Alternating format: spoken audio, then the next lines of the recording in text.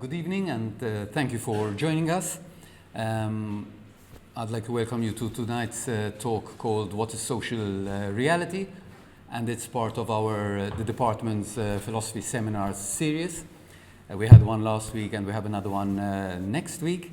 I obviously want to welcome our speakers, Professor Andina and Dr. Onnis from the University of Torino. Professor Ferraris was unfortunately is ill, and so he couldn't travel to Malta. And at very short notice, Dr. Onnis filled in for him. So we're very grateful for this last-minute, volunteering. One reason why I'm very pleased with this talk tonight is because it's in a way celebration between our department and the University of Torino, where we've signed an agreement, or about to sign an agreement, an MOU, and I hope we'll have more exchanges in the future. And sometimes they can be just you sign a paper and nothing happens, but hopefully this is the start of a series of events. Our first speaker will be Dr. Erika Onnis, and she's a research fellow at the University of Turin, and very active with Labont, which is a center for ontology. And in a way, that's one of our interests in the department, developing this track, amongst others. And her main interests are in emergence, novelty, complexity, and causation, which in the world of social realities is very topical. And I know some students even are researching it as part of their doctoral studies. Professor Tiziana Andina is also a professor, obviously, at the University of Turin, and she's since 2016, the director of Labont, this Center for Research in Ontology. She has a long list of publications. I'm just going to mention some areas of research that tie in with her publications. Notably, the philosophy of art, someone close to my research, Nietzsche. She's interested in social reality, which is obviously the talk of today, and also on something I admit I don't know much about, transgenerationality. The way the talks will unfold today is first Dr. Onnis will give her presentation, and then we'll have some questions. And then the second speaker will be Professor Andina for the second half. So thank you very much, Dr. Onnis.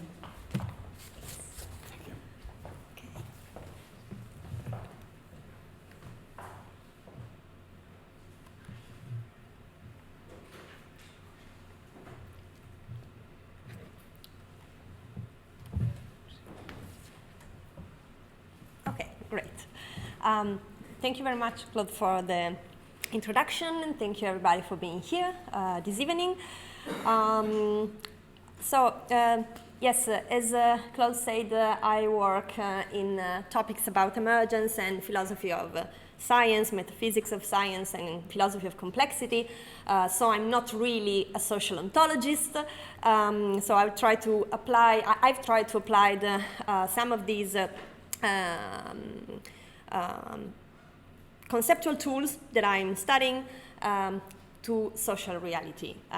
I'm more generally interested in every emergent reality, namely every emergent level of reality, emergent level of organization, and obviously social reality is one of these different levels of different non-physical levels of organization. So this is the reason why I'll talk about emergence, and I will provide some interpretation about the social structures and social realities as emergent phenomena. And then I will focus on the effectiveness of these structures, so on causal efficacy. As I will say later, it's very important in philosophy, generally, the topic of causation, because usually we use causation as a mark of being, okay?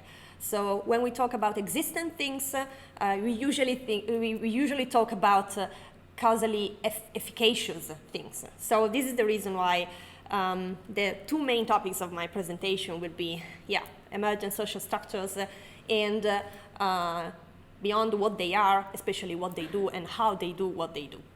Okay, so This is the index of my presentation. I will provide an introduction about these notions of individuals and structures. Then I will suggest that societies might be seen, or probably should be seen, or it would be useful to see them as complex systems. And the notion of emergence is very important in discussions about complex systems. So I will provide some information about this notion, which is very used today. And I try to apply that to social structures. So we will talk about emergent social structures. And then I will suggest some conclusions. Okay, so individuals and structures.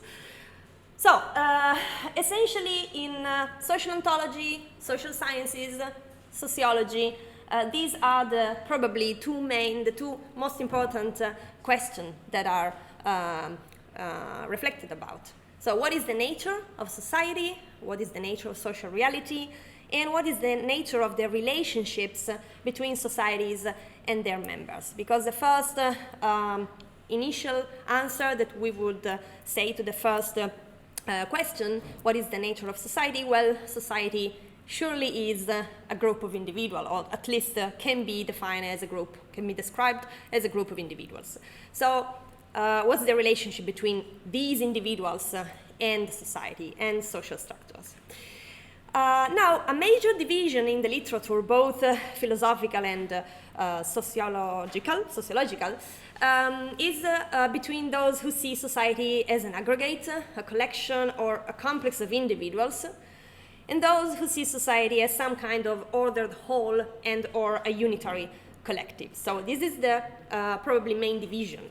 And this is known as the problem of structure and agency. This is why we talk about social structure.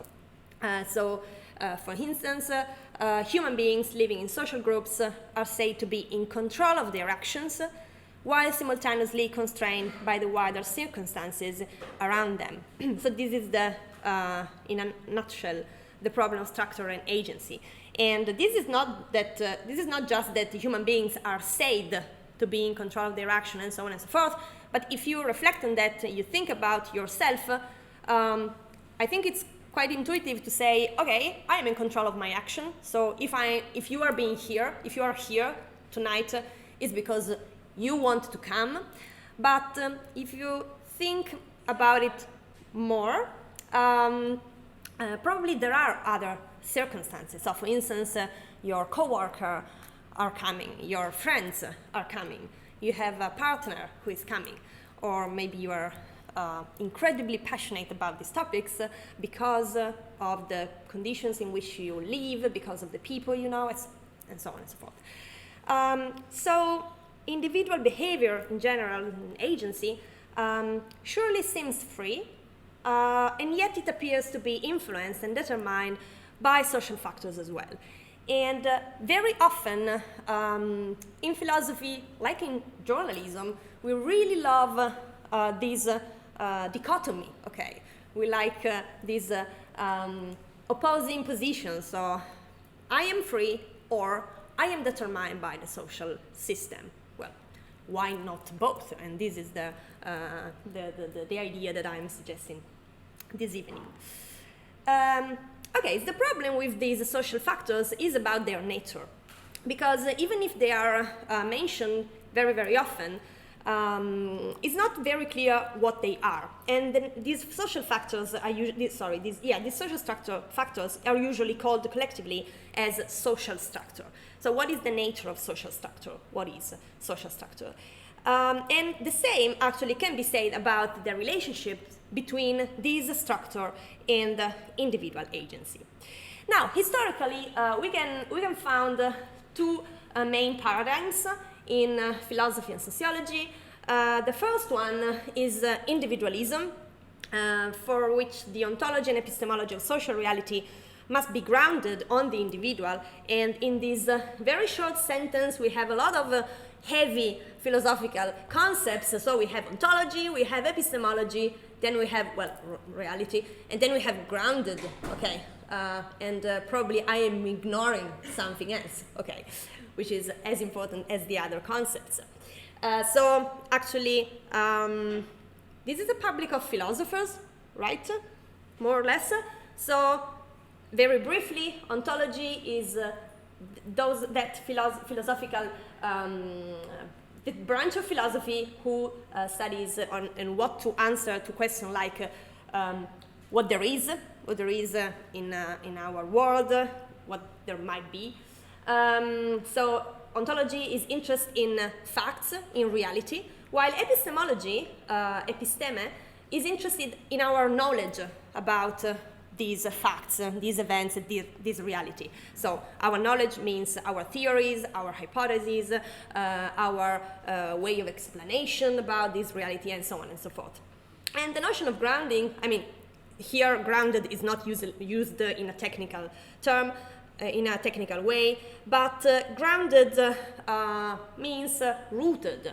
So what should be taken in consideration when we want to explain the reality, the nature of some entity, and the way in which we should approach from an epistemological point of view those entities. So for individualists, both ontology and epistemology of social reality must be focused on the individual. So to explain a social phenomenon is in all cases to bring it back to the elementary individual actions of which it is composed. Again, compose is a very interesting way to put this problem.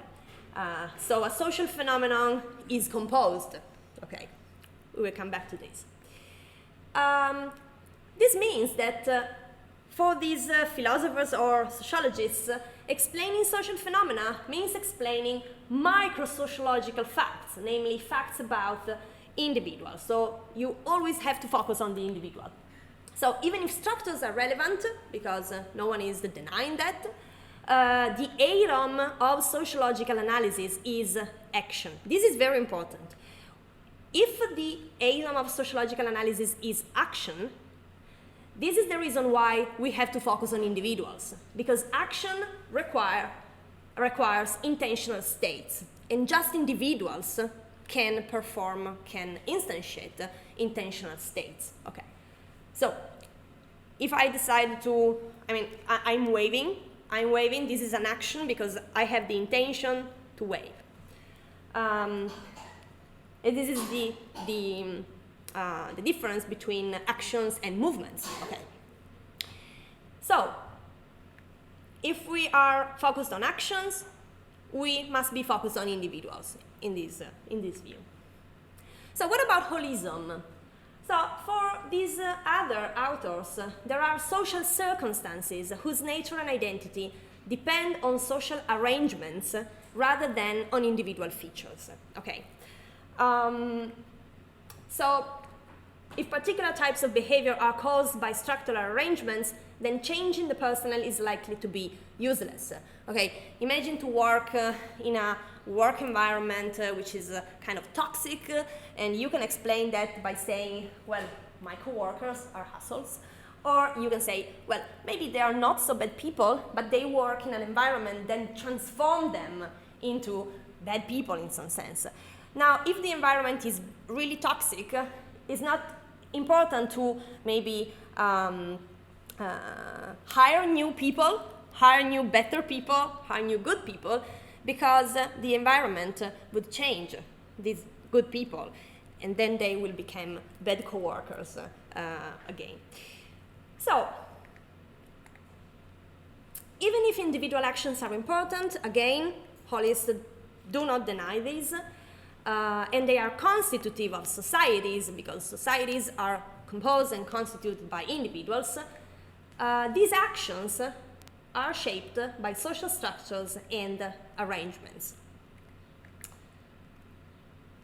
Therefore, if we are interested in the nature of social reality, we must take into consideration the notion of social structure. So this must be a central conceptual tool for sociologists, but also for social ontologists. Okay, so this debate is known as the individualism-holism debate, and it has been a debate both on the epistemological and the ontological side.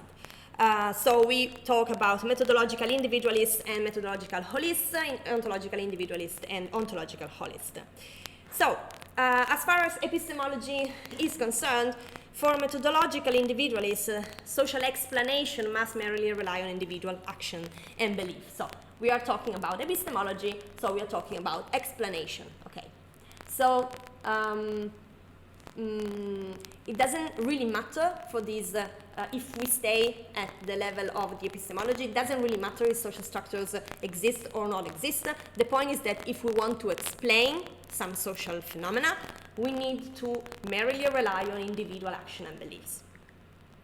While for methodological holists, when we want to provide a social explanation, we must rely on an essential reference to the social wholes of which they, the individuals, are part of, and the collectives to which they belong. So if we want to explain a social phenomena, and we are methodological holists, we have to take into consideration the social structure, the social context in which the individual performing particular actions are integrated. What about ontology? Well, for ontological individualists, social phenomena do not exist in their own right. So they do not have a sui generis existence. They are derivative entities. They are not kind of fundamental entities. They don't really genuinely exist. What exists are individual. While for ontological holists, social phenomena and structures genuinely exist over and above individuals. So we have individuals, they exist, they have a genuine existence, but we also have social phenomena, social realities, social structures, and they also exist. Now, let's shift to causal efficacy. As I said, causal efficacy is a very important notion when we talk about the nature of things, the existence of things, and this is because you recognize this guy. He's quite famous. He's Plato. Okay, well, there is the name here, so it was easy. Okay, in his Sophist, Plato suggests a kind of criterion for being, okay, for a criterion for understanding and defining and describing when something exists. And this criterion is the following. So he said, well, this is the Eleatic stranger. I don't know if you know the dialogue. There is Theaetetus and the Eleatic stranger that are discussing about reality, about existence, and the Eleatic strangers, the Eleatic stranger describes some theories about people living in Elea, and these people suggest that the criterion for existence might be tangibility. Okay, so if something is tangible, then it is real. So this table is tangible, so this table is real. The idea of justice is not tangible, so the idea of justice is not real. Now, not just Theaetetus, not just Plato didn't agree with this idea, but not even the Eleatic stranger. And the Eleatic stranger says, okay, this is what they are suggesting, but actually we have problems with entities which are not tangible, but that we cannot, but of which we cannot deny the existence. Okay, like for instance, justice, laws. How can we conceive the social community, the social reality, or in general relationship between people if we are ready to say that those entities do not exist? So we need something more. And the Eleatic stranger suggests that a better criterion could be not tangibility, but causal efficacy. Okay, he told that everything that exists, sorry, what happened? Okay, that everything that exists is nothing else than power, dunamis, capacity. Okay, so this suggests this kind of equation that being means having some causal capacity. And if you think about it, it's quite intuitive, because if you have something that has some sort of causal efficacy, it's very difficult to say that it doesn't exist.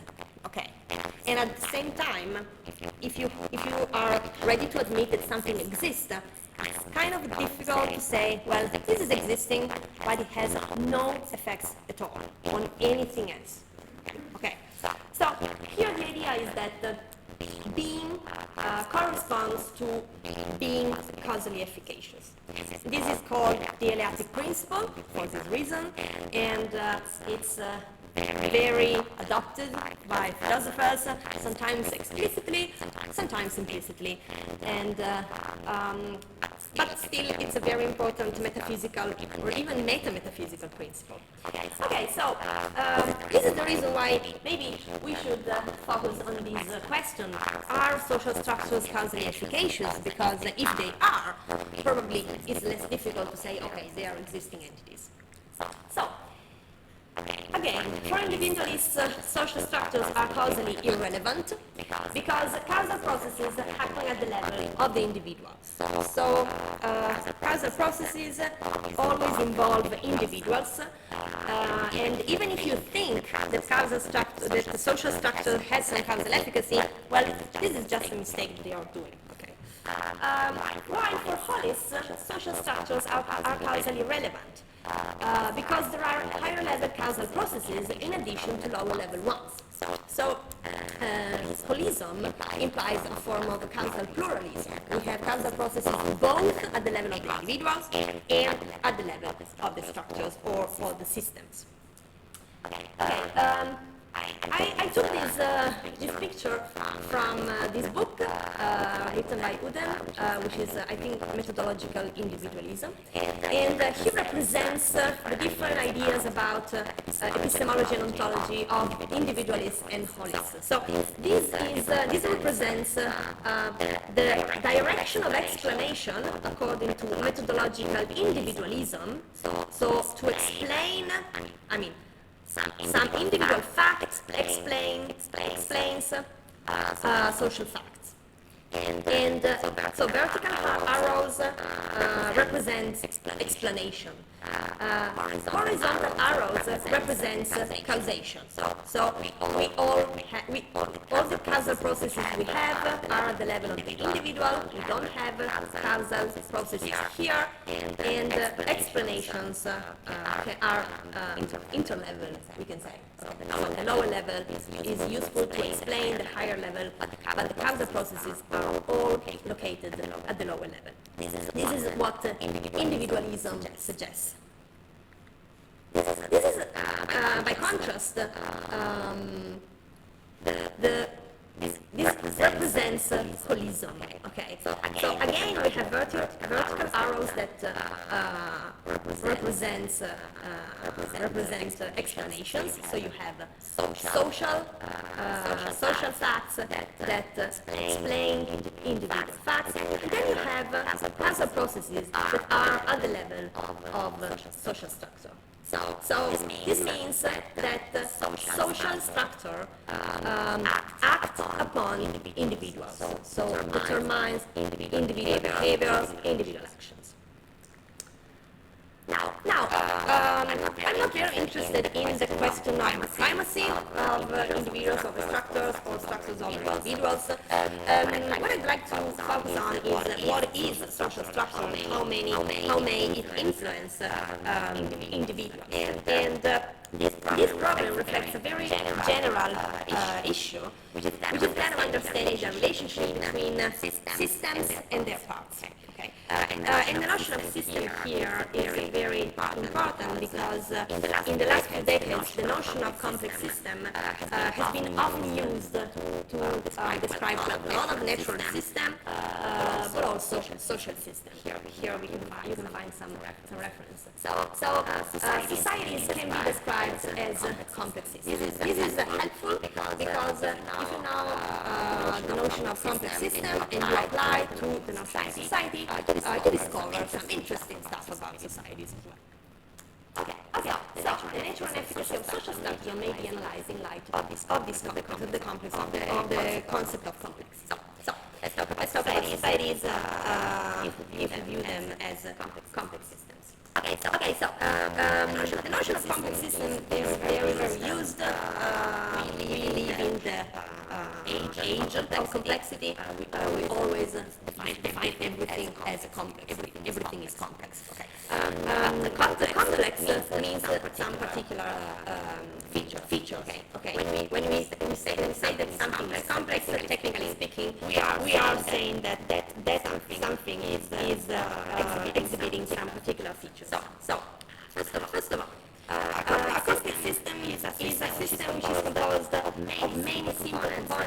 interacting in non-linear ways. Non-linearity again is an important notion in sciences, in philosophy and science. Non-linearity stands for covariance and interdependency between entities. If a system is non-linear, system has a non-linear behavior, it means that its components influence each other, and variables describing those components are covariant. So for instance, now I am talking, this is a system, this is a complex system. Now I am talking, but if some of you now I don't stand up and told me something, obviously I have to react. And my reaction is another reaction with your reaction, for instance. So this means that my behavior is not just fine once and for all, but it depends on the context, environment which I am, and on the other components of the system. So these obviously has an implication, especially from the logical point of view. You will not predict the evolution of a complex system. Like imagine weather. You will not predict how if it will be sunny or not in 3 weeks. Why? Because the atmosphere is a complex system. So complex systems are composed of many components which interacting in interdependent ways. They use this information here, the information in this part of the presentation is dependent on shine, so not semantical way, but just in a physical way. So information is a difference in a physical state of an element or component. Complex system encode a lot of information because they have the ability of very different great number of states. So there are a lot of states for these social system in 10 minutes. But not so many, but there are a lot of states of this social system in 1 hour and a half. Because you will go and do other stuff, and it's easy to predict.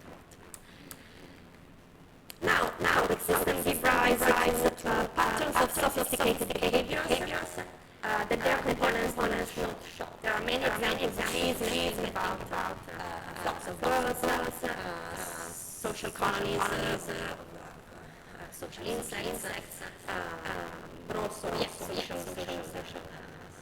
social groups, social groupings. So the components, when organized together with other components, make possible for the whole system to have different behaviors, different sophisticated behaviors. And we will see better when we talk about social complex systems. And they sometimes adapt their environment to improve their fitness. Once and well, because not every complex system is a biological complex system, and so non-biological systems are not adaptive complex systems. So in the case of complex adaptive systems, they also adapt to the environment. Okay, so why talking about societies in terms of complex? Well, because societies manifest all these relevant features. Well, first of all, they are composed by a great number of individuals that interact in non-linear way, very linear way. We are really unpredictable. They store and process information, and not just the kind of non-semantic information we talked before, but even semantic information. So among the great amount of information that is encoded in a complex system of social kind, there is also the information conveyed by languages, that the individuals use to communicate. Then, actually, societies give rise to sophisticated social structure, like social classes, social groupings, institutions. Let's think about the university. The university is a very complex social structure that can do things that the single individuals composing the university cannot do. And then, actually, they are open adaptive systems, interacting with the environment and exchanging matter and energy in order to survive. Sometimes we do this. Other times, this in order to survive is not doing very well. Okay, so the notion of emergence is very often used in relation to complex systems, because when we talk about complex systems, we talk about systemic behaviors. When I described before, we said that sophisticated social structure or sophisticated behaviors. Well, these sophisticated systemic behaviors or systemic features are usually defined as emergent systems, emergent features. So these are some examples. Oh, something is missing here. I don't remember. Oh, there were flocks of birds. What are these systemic features? Well, for instance, consciousness. Okay, consciousness is a systemic property of the nervous system or of the brain, the nervous system. Or, for instance, the property of building a bridge with their bodies to overcome water and ponds and colonies.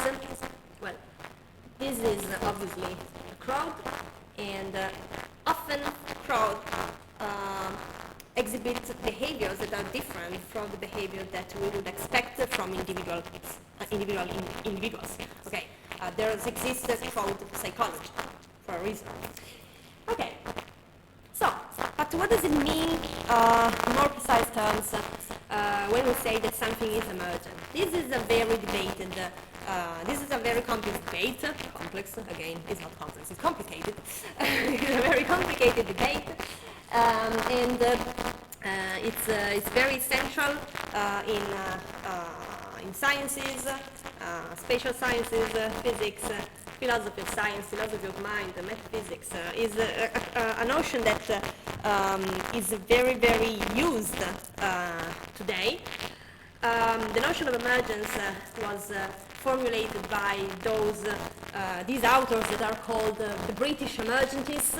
They were all British, and they all, well, they weren't exactly emergentists because, for instance, John Stuart Mill didn't use the term emergence that was coined by Lewis, but they all use this concept of the concept of emergence, not the term, but the concept. And these authors were involved in debates about the explanation of the nature of phenomena that didn't seem merely physical, but at the same time they didn't want to exit for a naturalist view of the world. Okay, so they weren't pluralist from a metaphysical point of view. They don't think that there was some kind of separate metaphysical substance. They were monists. Okay, so they adopt monism, metaphysical monism, but at the same time they wanted to save the autonomy of complex phenomena such as chemical properties, such as life, such as mind, and so on and so forth. So these authors weren't satisfied with mechanism, and they weren't satisfied with organicism. They wanted something in between, and they produced emergentism. So in the last well, I would say in 3 decades because I'm an optimist, by 5 decades. In the last 5 decades, so starting from the 70s, a lot of interest was dedicated to the notion of emergence. I put also my book, sorry, I can't resist. This is in Italian, but it's the most recent. So we can find a lot of books and a lot of edited books, a lot of papers, a lot of chapters on this notion. And the notion of emergence in the last decades has been used not just for describing those classical examples of emergent phenomena that were classical at the time of the British Emergentists, so mind, life, and chemical properties, but has been applied in a very wide range of disciplines and for describing a lot of phenomena even inside physics. Okay, there are a lot of studies about entanglement, reversibility, space-time. All these phenomena might be defined as emergent. So there are a lot of physicists and a lot of philosophers of physics working in emergence in order to define these phenomena. Okay, so what can be an intuitive idea about emergence? So I would like to start from here. So the intuitive idea of an emergent property, here is Kim, who was one of the philosophers who reintroduced the notion of emergence in the philosophical debate in the 90s. So the intuitive idea of an emergent property stems from the thought that a purely physical system composed exclusively of bits of matter, when it reaches a certain degree of complexity in its structural organization, can begin to exhibit genuinely novel properties not possessed by its simple constituents. So why this is an intuitive idea? Because we all agree with these, okay? We all agree with the possibility that certain physical systems, even if they are composed just by physical stuff, they can do something that don't really seem physical, okay? Like imagine yourself, you're an organism, so you are all made of physical stuff, but at the same time, organism seems to be able to do things that, I don't know, atoms, quarks, even molecules, even cells cannot do alone, okay? So this is the intuitive idea. The problem is that if you try to understand in a finer grain this idea, there comes a lot of problems. However, an example here is, a classic example is water. If you think about this, the molecule of water, you have two atoms of hydrogen, one atom of oxygen, and then you have water. What is the difference here? Well, the difference is that liquidity, transparency are properties that the single molecules cannot have. Well, obviously, this is not water. This is a molecule of water. But the point is that when many of these molecules are put together, they emerge new properties.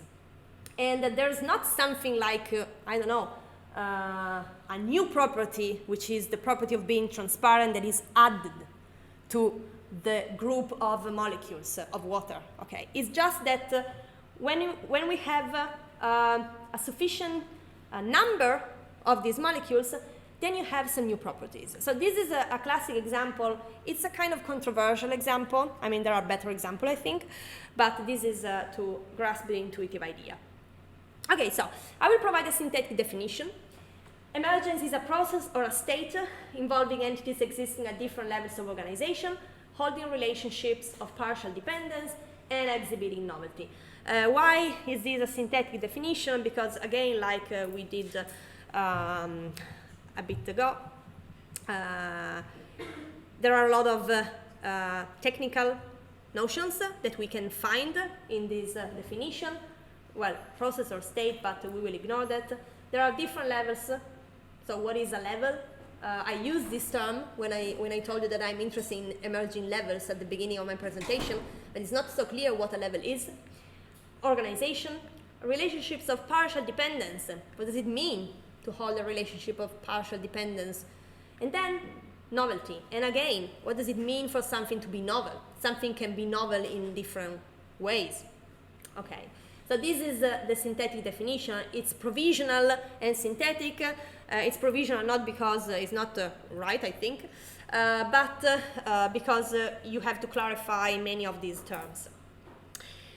So I'd like to offer you a description of the standard view or views about emergence in order to provide a kind of introduction to this notion, so that we can apply this notion with more awareness to social structure. So usually there are different kinds of emergence. So this is one of the difficulties about this debate. When we talk about emergence, we are talking about different things. But not because we are not clear, we don't really understand what emergence is, but actually because there are many phenomena exhibiting emergent features, and these phenomena are not all the same. So there is a kind of pluralism that we have to accept. But from a even conceptual point of view, we can distinguish between diachronic and synchronic emergence and ontological and epistemological emergence. This is a couple that comes again. So this differentiation can be described as follows. So higher and lower level entities are present at different times or at the same time. In all the examples that I made this evening, I talked about complex entities composed by lower, simpler, more elementary entities, okay? Think about the mind or the brain, which is composed by neurons, for instance. Think about the colony, which is composed by ants. Think about social realities, which are composed by individuals. So we at least have two levels, okay? We have the lower level of the individuals, of the parts, and then we have the higher level of the system, of the structure. So if the higher and the lower level exist at the same time, we have synchronic emergence.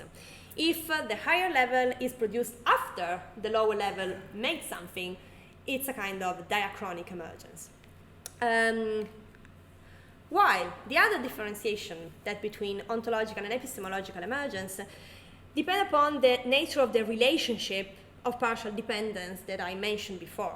So among this lower level and higher level, there are some relationship of dependence.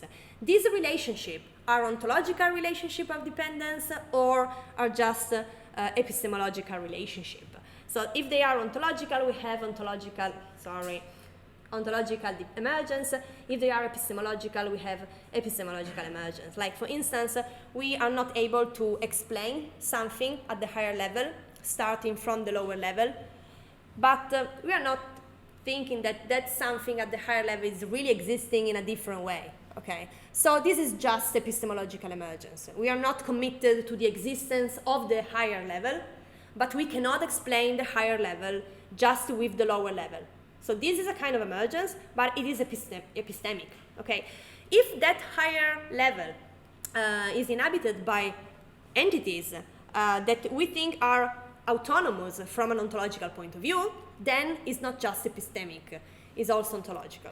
And so emergence can be ontological and epistemological, together, obviously, okay? Usually, when the authors that think that some phenomena are ontologically emergent, usually they consider them also epistemological emergence, because if something is different, usually you need new theories, new descriptions, new concepts to define it. Okay. Then, there are different criteria for describing and catching what emergence is. But the two most common, I think, are irreducibility and novelty. And irreducibility, again, can be ontological or epistemological, and novelty can be a lot of things, actually. So these are just a list of words and notions that can be useful for you, but also not so useful. So when we talk about ontological irreducibility, we are talking about the failure of atomism, relationship like supervenience, relationship like realization. Okay, these are all technical terms that suggest a way in which the higher level can be ontologically dependent upon the lower level. In the case of epistemological irreducibility, there is a failure of deducibility or predictability, and/or predictability, as we said before. If I cannot predict the evolution of a system starting from its components, we surely have an epistemological irreducibility. If the system is something different, over and above the components, we also have ontological irreducibility, because we have failure of atomism, supervenience, realization, and so on and so forth. If you have ideas about this, the list can be made longer. Well, novelty is really complicated because we can define novelty through a lot of concepts. So we can define novelty through the notion of nonlinearity. So a behavior is novel when it's nonlinear. Novelty is obviously connected to the notion of fundamentality. If you have something which is fundamental, it's fundamentally novel. Let's think about fundamental particles. Every time we find another fundamental particle, we find a new particle, okay? And then we have qualitative novelty, causal novelty, which is very important, and so on and so forth. So this is, again, just some hint, but if you think about this, if you say this is emergent, you are talking about something which is in some sense irreducible and in some sense novel. And then usually ontological emergence, which is the most interesting, I think, is incompatible with metaphysical pluralism, as I said, talking to you about the British emergentists. So emergentists rejects the existence of non-physical substances like, I don't know, spirits and res cogitans, entelechia, and so on and so forth. It's incompatible with reductive physicalism because emergentism implies the existence of irreducible properties, like, for instance, social properties, social features, if we are of these ideas, and then is incompatible with epiphenomenalism, because ontologically emergent phenomena should be causally efficacious. But again, if we accept the aleatic principle, if you think that to be existent, you need to be causally efficacious. Okay, how many minutes I have? Oh, I should stop? Okay, good. Okay, so why should we talk about emergent social structure? Well, our synthetic definition of emergence was the following, and our question was, can emergence shed light on the nature of efficacy and efficacy of social structure? Well, I think the answer could be positive, because this schema can be applied to social structures as well. So we have an emergence base and we have an emergent structures. So the emergence base is composed by individuals, instantiating individual properties, having possible behaviors and holding certain relationships. And they can be intended as lower level entities, okay? While the emergent structure is realized or merologically composed by the individual. So we have these blue arrows that suggest that there is this dependency relation which is bottom up. But the point is that at the same time, the emergent structure kind of exerts some relationships, a dependence relationship that we might define as constraining on the components. So these are the top-down gray arrows. And obviously, horizontally, it interacts with semi-level phenomena, so societies can interact with each other. So the other question was, can emergence shed light on the nature and efficacy of social structures? And the answer again can be yes, because social structures, despite being produced by individuals, by the aggregation of individuals, are emergent because they can exert a top-down determination upon them. So my classic examples is the theater workshop. Sorry, I just skipped some slides. Oh, well, no, I was actually here. Okay. This is the risk of preparing a presentation in just one day. I like to say that. Okay, so this is my classic example. So the theater workshop. If you're an actor, you go to a workshop, a theater workshop, and let's imagine that, well, you're the actor, there is a director, there is a script. Okay, in the script, there is written that you have to play the role of Nikki. Okay, and Nikki really loves insects, really loves bugs. So you have to play this role. You must be a person who loves bugs. Even if in the real life, maybe you hate bugs, and you hate insects, you always close your windows and you hate everything flying around you. Okay, so when you follow the script, your behaviors and your actions are not determined by your preferences, by your fears, by your decisions, but by the script. And what is interesting is that there is this idea that when you wear a mask, when you say, well, he's wearing a mask, this is melodramatically, and he's suggesting he's not his real self, he's not really himself.